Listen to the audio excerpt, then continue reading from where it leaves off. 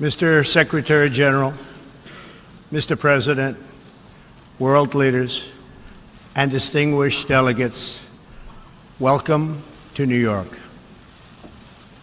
It is a profound honor to stand here in my home city as a representative of the American people to address the people of the world. As millions of our citizens continue to suffer the effects of the devastating hurricanes that have struck our country, I want to begin by expressing my appreciation to every leader in this room who has offered assistance and aid. The American people are strong and resilient, and they will emerge from these hardships more determined than ever before.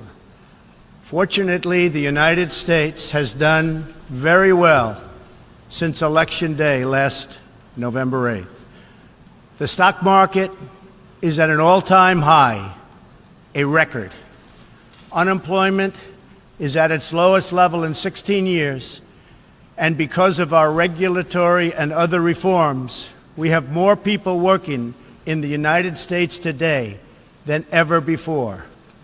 Companies are moving back, creating job growth the likes of which our country has not seen in a very long time. And it has just been announced that we will be spending almost $700 billion on our military and defense. Our military will soon be the strongest it has ever been. For more than 70 years, in times of war and peace, the leaders of nations, movements, and religions have stood before this assembly. Like them, I intend to address some of the very serious threats before us today, but also the enormous potential waiting to be unleashed. We live in a time of extraordinary opportunity. Breakthroughs in science, technology, and medicine are curing illnesses and solving problems that prior generations thought impossible to solve. But each day also brings news of growing dangers that threaten everything we cherish and value. Terrorists and extremists have gathered strength and spread to every region of the planet. Rogue regimes represented in this body not only support terrorists, but threaten other nations and their own people with the most destructive weapons known to humanity.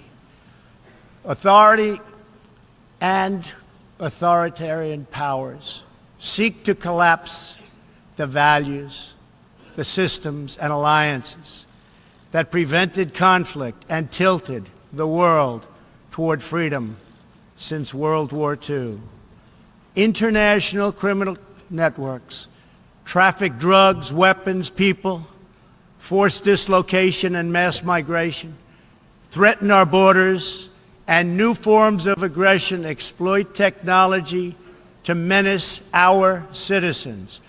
To put it simply, we meet at a time of both immense promise and great peril.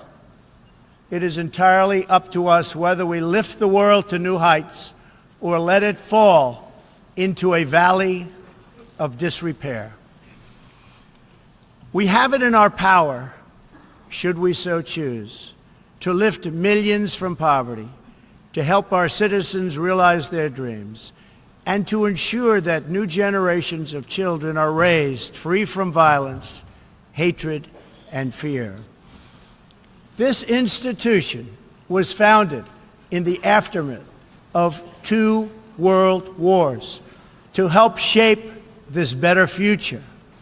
It was based on the vision that diverse nations could cooperate to protect their sovereignty, preserve their security, and promote their prosperity. It was in the same period, exactly 70 years ago, that the United States developed the Marshall Plan to help restore Europe. Those 3 beautiful pillars, they're pillars of peace, sovereignty, security, and prosperity. The Marshall Plan was built on the noble idea that the whole world is safer when nations are strong independent, and free.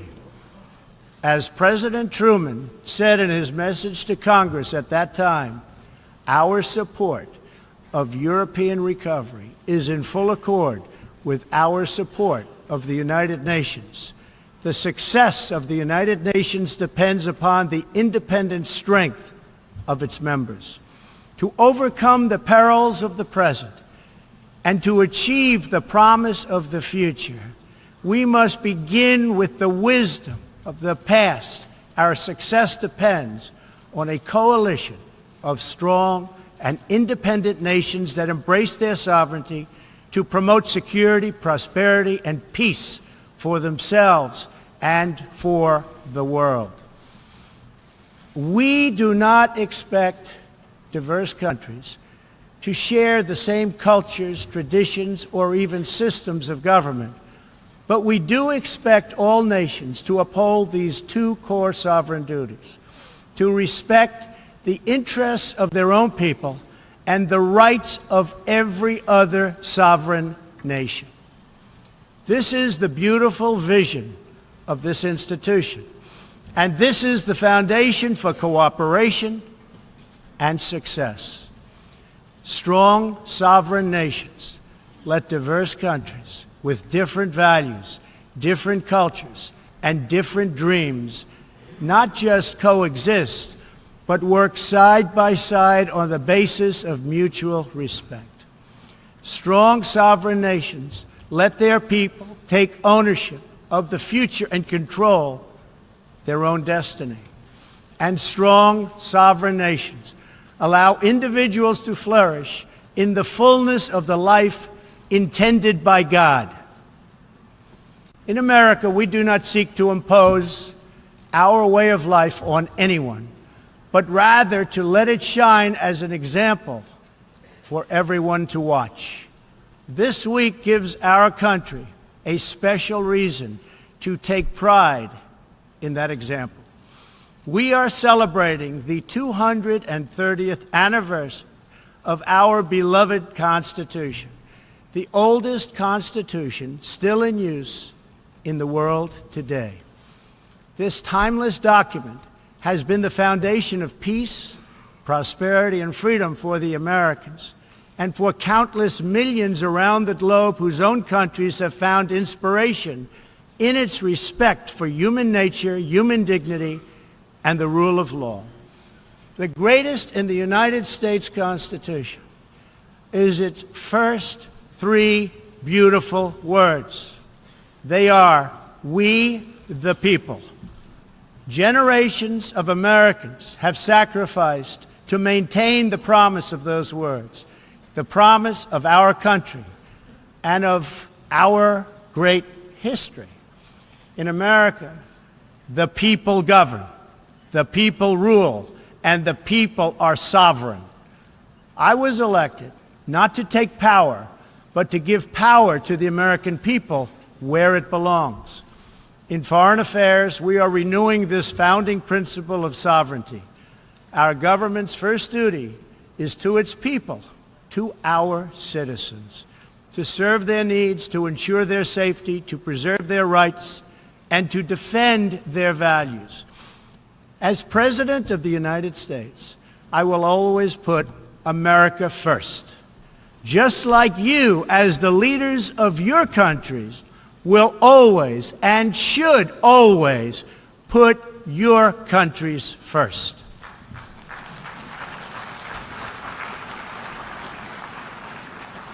All responsible leaders have an obligation to serve their own citizens, and the nation-state remains the best vehicle for elevating the human condition. But making a better life for our people also requires us to work together in close harmony and unity to create a more safe and peaceful future for all people. The United States will forever be a great friend to the world, and especially to its allies. But we can no longer be taken advantage of or enter into a one-sided deal where the United States gets nothing in return. As long as I hold this office, I will defend America's interests above all else. But in fulfilling our obligations to our own nations, we also realize that it's in everyone's interest to seek a future where all nations can be sovereign, prosperous, and secure. America does more than speak for the values expressed in the United Nations Charter. Our citizens have paid the ultimate price to defend our freedom and the freedom of many nations represented in this great hall. America's devotion is measured on the battlefields where our young men and women have fought and sacrificed alongside of our allies. From the beaches of Europe to the deserts of the Middle East to the jungles of Asia. It is an eternal credit to the American character that even after we and our allies emerged victorious from the bloodiest war in history, we did not seek territorial expansion or attempt to oppose and impose our way of life on others.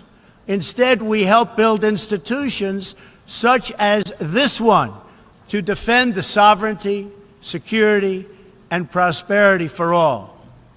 For the diverse nations of the world, this is our hope. We want harmony and friendship, not conflict and strife. We are guided by outcomes, not ideology.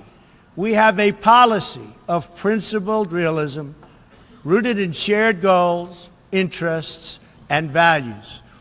That realism forces us to confront a question facing every leader and nation in this room. It is a question we cannot escape or avoid. We will slide down the path of complacency, numb to the challenges, threats, and even wars that we face. Or do we have enough strength and pride to confront those dangers today so that our citizens can enjoy peace and prosperity tomorrow? If we desire to lift up our citizens, if we aspire to the approval of history, then we must fulfill our sovereign duties to the people we faithfully represent.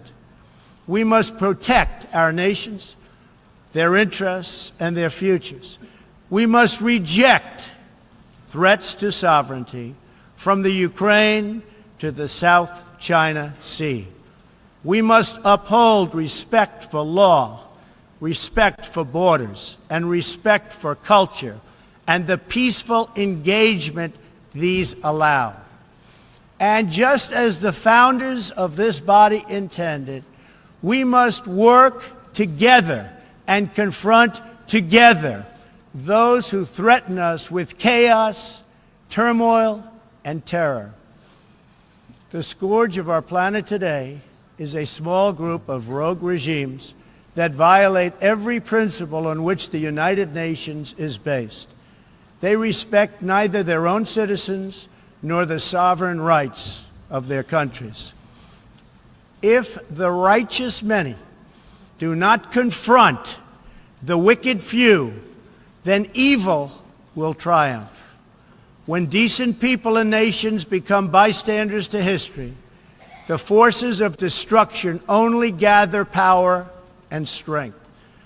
No one has shown more contempt for other nations and for the well-being of their own people than the depraved regime in North Korea. It is responsible for the starvation deaths of millions of North Koreans and for the imprisonment, torture, killing, and oppression of countless more.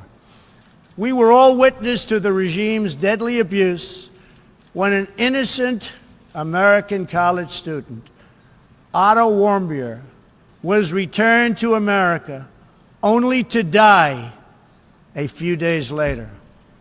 We saw it in the assassination of the dictator's brother using banned nerve agents in an international airport. We know it kidnapped a sweet 13-year-old Japanese girl from a beach in her own country to enslave her as a language tutor for North Korea's spies. If this is not twisted enough, now North Korea's reckless pursuit of nuclear weapons and ballistic missiles threatens the entire world with unthinkable loss of human life. It is an outrage that some nations would not only trade with such a regime, but would arm, supply, and financially support a country that imperils the world with nuclear conflict. No nation on earth has an interest in seeing this band of criminals arm itself with nuclear weapons and missiles. The United States has great strength and patience, but if it is forced to defend itself or its allies, we will have no choice but to totally destroy North Korea. Rocket Man is on a suicide mission for himself and for his regime. The United States is ready, willing, and able, but hopefully this will not be necessary.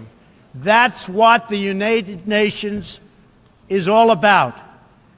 That's what the United Nations is for. Let's see how they do. It is time for North Korea to realize that the denuclearization is its only acceptable future. The United Nations Security Council recently held 2 unanimous 15-0 votes adopting hard-hitting resolutions against North Korea, and I want to thank China and Russia for joining the vote to impose sanctions along with all of the other members of the Security Council. Thank you to all involved. But we must do much more. It is time for all nations to work together to isolate the Kim regime until it ceases its hostile behavior. We face this decision not only in North Korea. It is far past time for the nations of the world to confront another reckless regime, one that speaks openly of mass murder, vowing death to America, destruction to Israel, and ruin for many leaders and nations in this room. The Iranian government masks a corrupt dictatorship behind the false guise of a democracy. It has turned a wealthy country with a rich history and culture into an economically depleted rogue state whose chief exports are violence, bloodshed, and chaos. The longest suffering victims of Iran's leaders are, in fact, its own people. Rather than use its resources to improve Iranian lives, its oil profits go to fund Hezbollah and other terrorists that kill innocent Muslims and attack their peaceful Arab and Israeli neighbors. This wealth, which rightly belongs to Iran's people, also goes to shore up Bashar al-Assad's dictatorship, fuel Yemen's civil war, and undermine peace throughout the entire Middle East. We cannot let a murderous regime continue these destabilizing activities while building dangerous missiles, and we cannot abide by an agreement if it provides cover for the eventual construction of a nuclear program.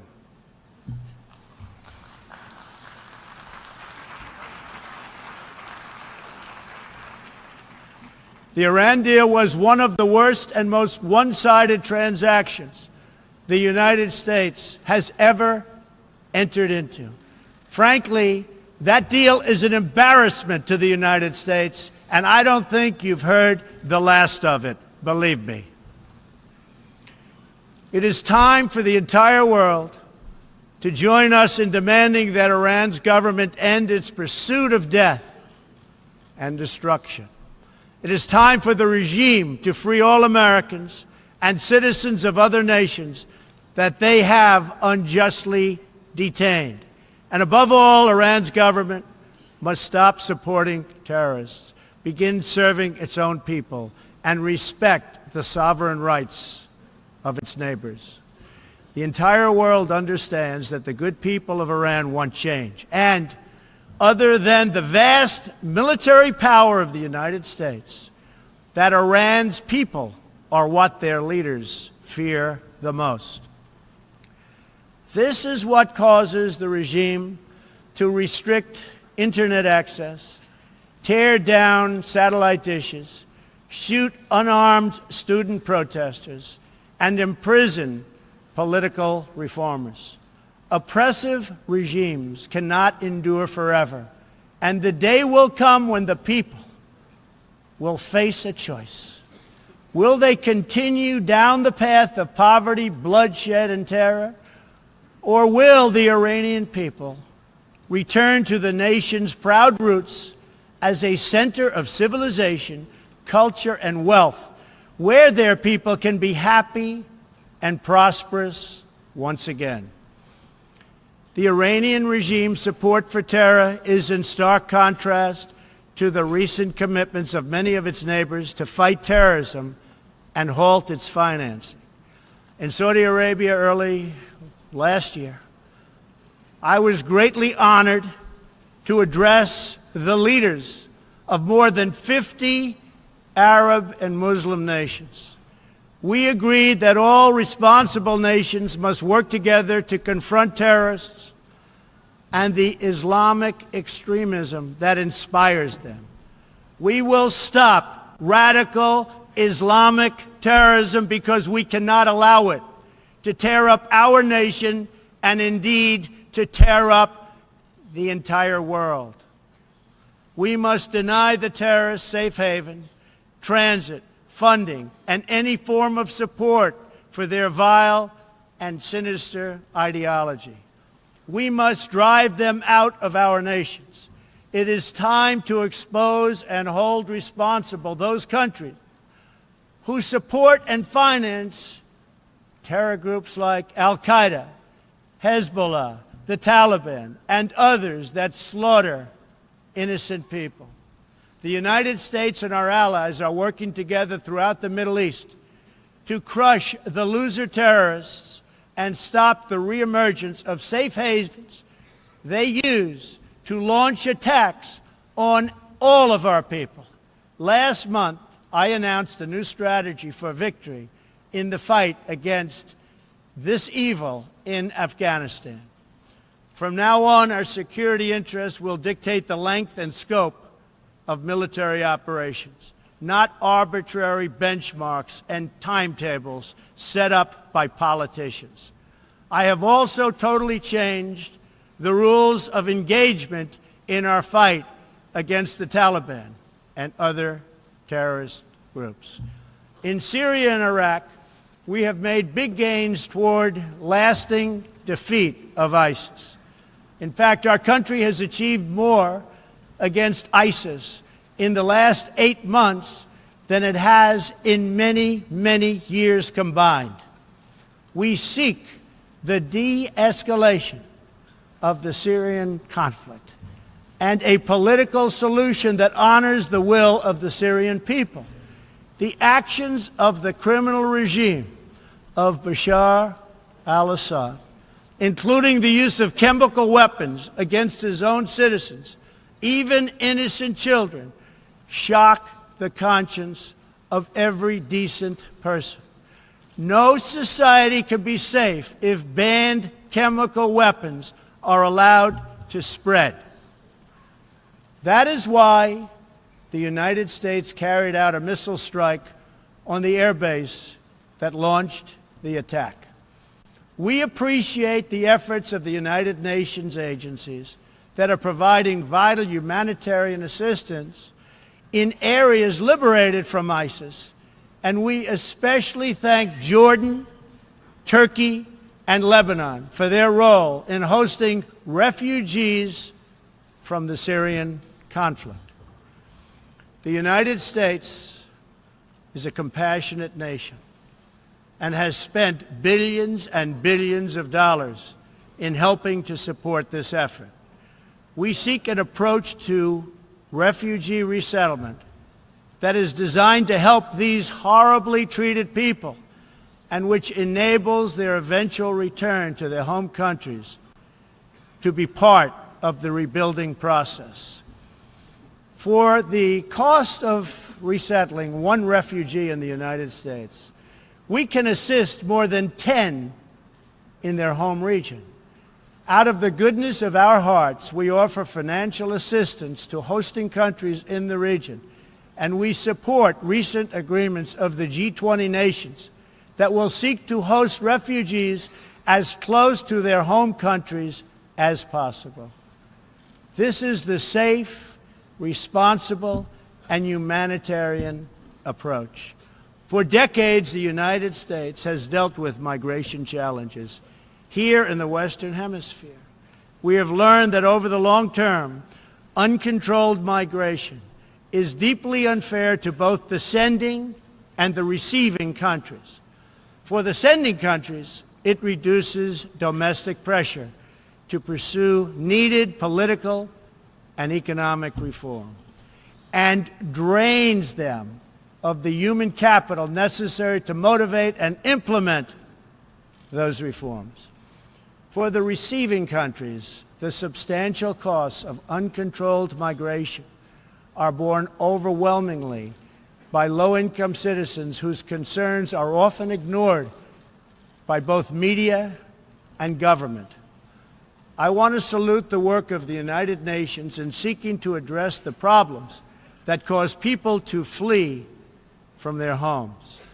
The United Nations and African Union led peacekeeping missions to have invaluable contributions in stabilizing conflicts in Africa.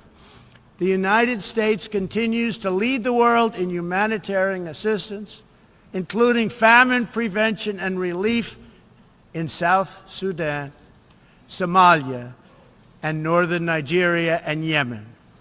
We have invested in better health and opportunity all over the world through programs like PEPFAR, which funds AIDS relief, the President's Malaria Initiative, the Global Health Security Agenda, the Global Fund to End Modern Slavery, and the Woman Entrepreneurs Finance Initiative, part of our commitment to empowering women all across the globe. We also thank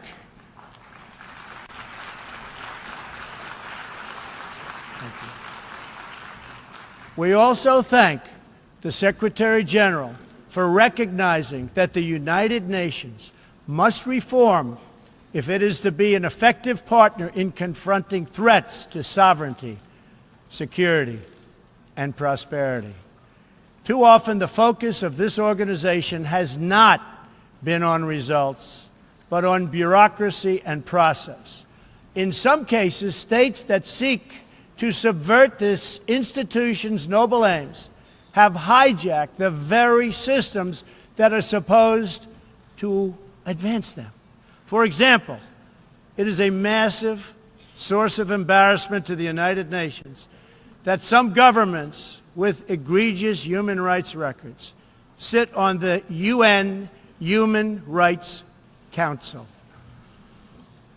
The United States is one out of 193 countries in the United Nations, and yet we pay 22% of the entire budget and more. In fact, we pay far more than anybody realizes.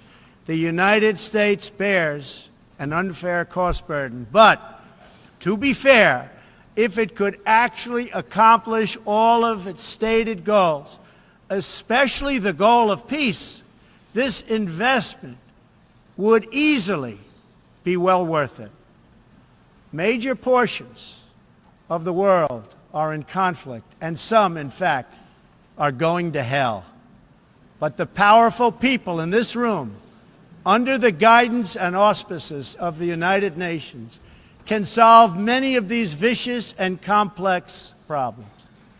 The American people hope that one day soon the United Nations can be a much more accountable and effective advocate for human dignity and freedom around the world. In the meantime, we believe that no nation should have to bear a disproportionate share of the burden, militarily or financially. Nations of the world must take a greater role in promoting secure and prosperous societies in their own regions. That is why in the Western Hemisphere, the United States has stood against the corrupt, destabilizing regime in Cuba and embraced the enduring dream of the Cuban people to live in freedom.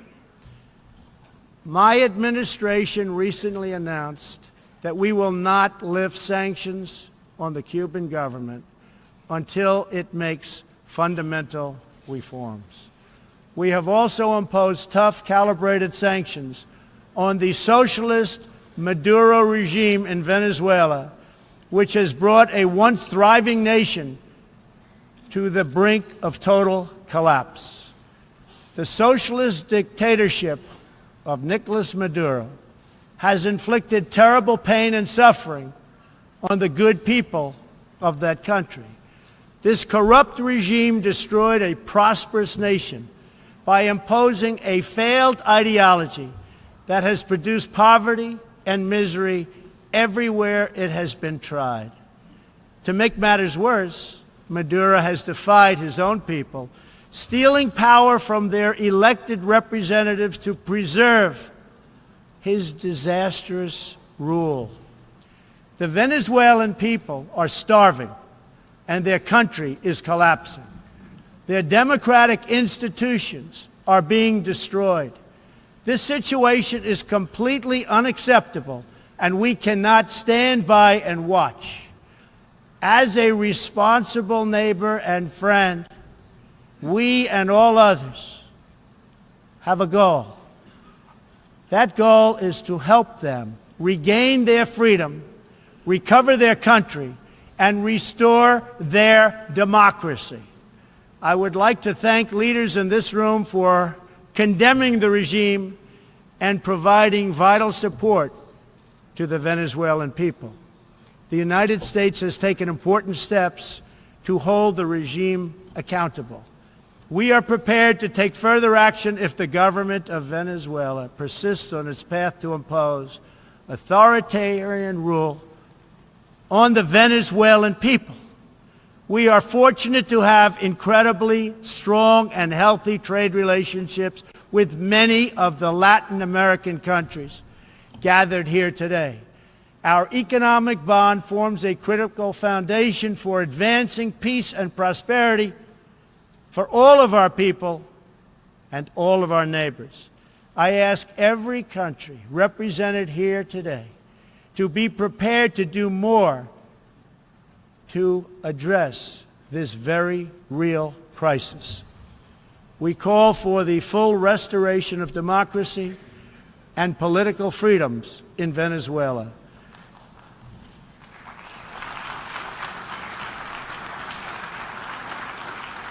The problem in Venezuela is not that socialism has been poorly implemented, but that socialism has been faithfully implemented.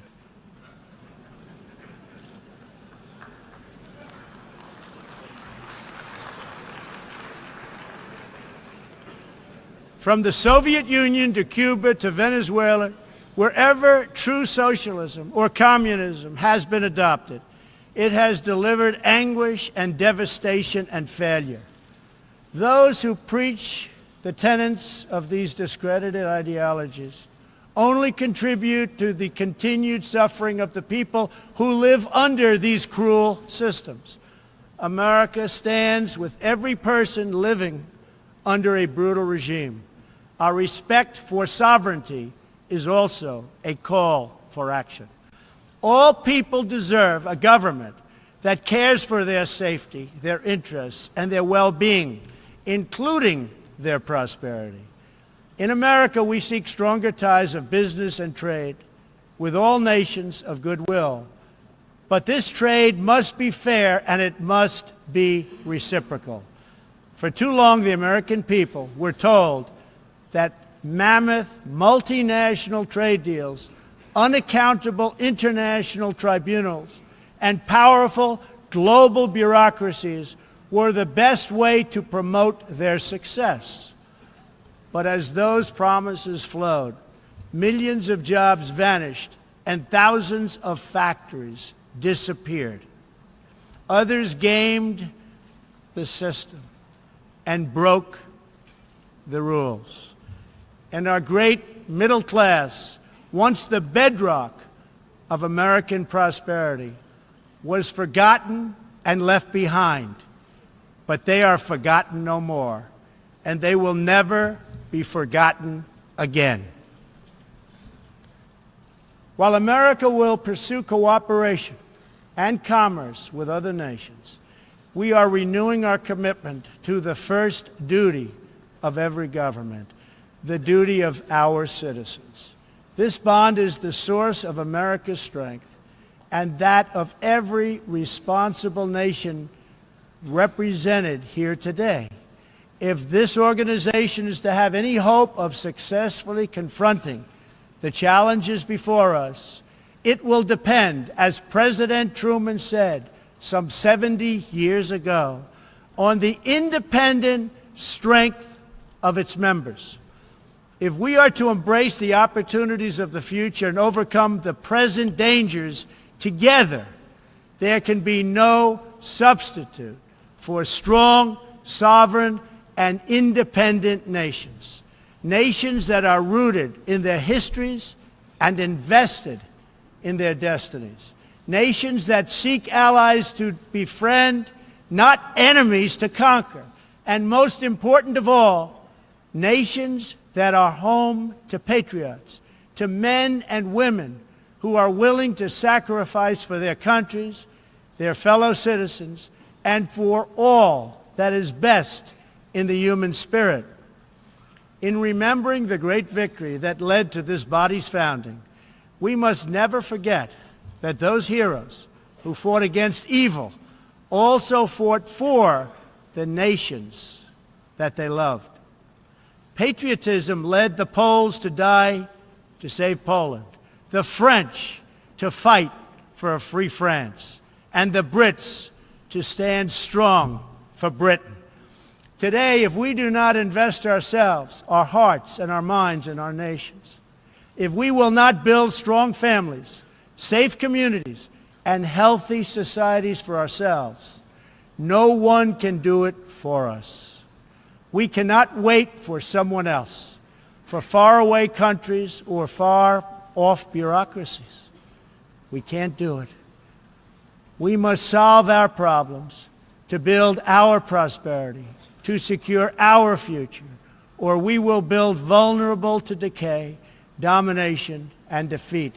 The true question for the United Nations today, for people all over the world who hope for better lives for themselves and their children, is a basic one. Are we still patriots? Do we love our nations enough to protect their sovereignty and to take ownership of their futures? Do we revere them enough to defend their interests, preserve their cultures, and ensure a peaceful world for their citizens? One of the greatest American patriots, John Adams, wrote that the American Revolution was effected before the war commenced.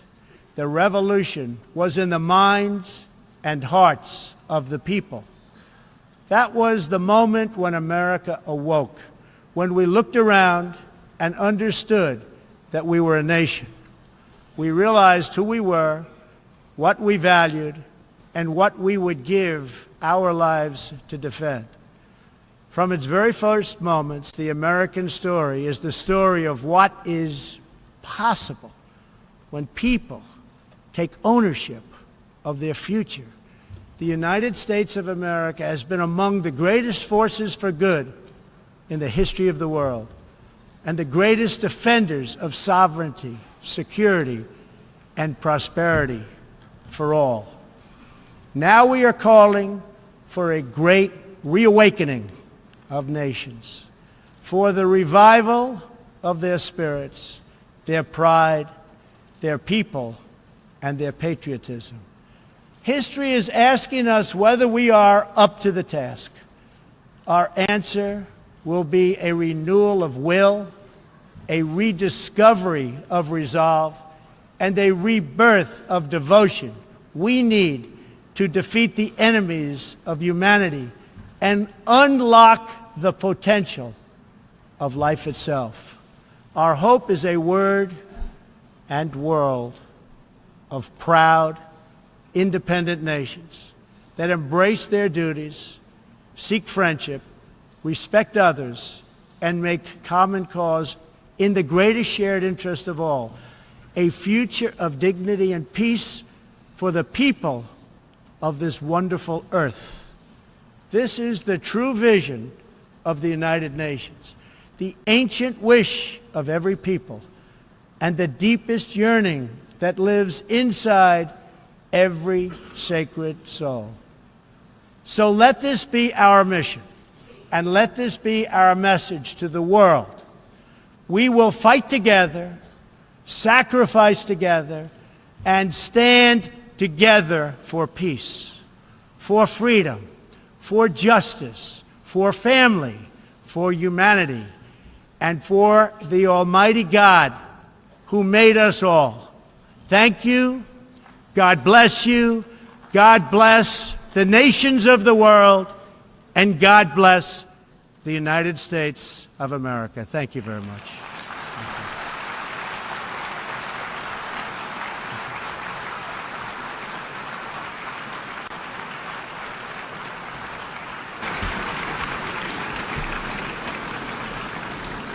On behalf of the General Assembly, I wish to thank the President of the United States of America for the statement just made. May I request representatives to remain seated while we greet the President, after which the meeting will stand suspended for 5 minutes before resuming to hear the next speaker.